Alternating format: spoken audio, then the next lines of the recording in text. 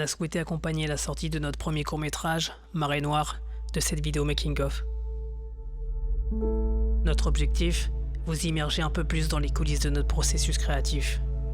De la gestation des premières idées jusqu'au montage final, en passant par la composition de la bande originale, nous allons vous montrer des scènes coupées exclusives, mais aussi vous donner quelques clés de lecture sur les thématiques du film. Retour au court-métrage pour moi, coup d'essai pour Guillaume. Marée Noire est né d'un besoin brûlant de créer. Ce premier film nous a demandé 3 jours de tournage, répartis sur 2 week-ends début 2024. Il retranscrit toute l'urgence et la passion qui nous ont animés pendant sa création. Les limitations intrinsèques en termes de budget, de temps ou encore le choix de tourner exclusivement en lumière naturelle, sans micro externe, sont autant de freins qu'on a choisi d'embrasser pour cette première tentative. On a vraiment voulu tester notre capacité à travailler efficacement ensemble, avec des contraintes fortes, et voir si de façon spontanée, on arrivait à mettre en scène des vraies intentions et images de cinéma. L'idée étant de ne plus reproduire un schéma qu'on avait connu par le passé, celui de ne jamais savoir quand s'arrêter, et de faire en sorte que tout soit parfait afin de pouvoir sortir du bois.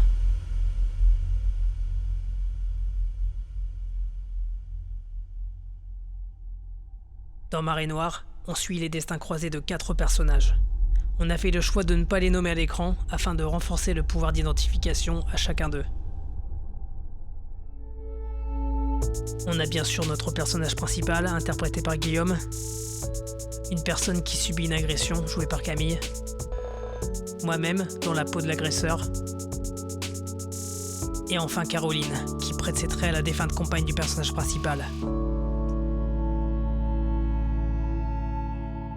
Le bagage émotionnel des personnages joue un rôle central dans le film. Les douleurs et souvenirs tragiques prennent la forme allégorique de déchets, représentés par des sacs poubelles. Tels des boulets émotionnels, ils nous suivent au quotidien, vont et viennent de façon inconstante et plus ou moins intense selon notre état du moment. Vers la fin du film, lorsque le personnage principal revit dans son sommeil la perte de sa compagne, la quantité de sacs à son réveil en appelle au titre du film. Une véritable marée noire émotionnelle s'abat sur lui. Les plans de matière noire entrecoupent le film de moments d'abstraction. Mis bout à bout, ils illustrent les remous intérieurs du personnage principal. Aseptisés, à l'endroit ou inversés, ils témoignent du détachement à la réalité avec lequel le cerveau sait savamment jouer, mais aussi parfois se perdre. C'est une nouvelle irruption du motif de la marée noire qui évoque l'effraction de l'intimité, dans cet endroit resserré qu'est le bain, où le personnage se retrouve nu, sans défense. Sans défense. Sans défense.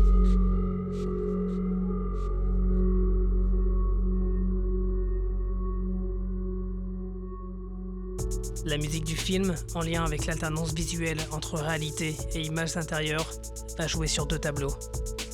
Des compositions orchestrales en douceur ou en volée se heurtent à des sons numériques, lourds, dissonants, dans le but de souligner les tourments des personnages.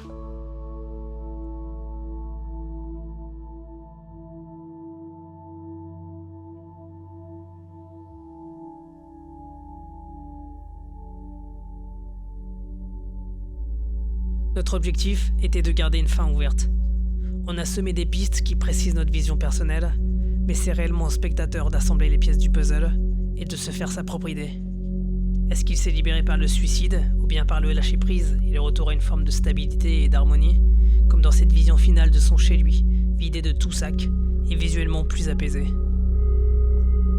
Sans t'en rendre compte encore, t'es là, tu te dis, mais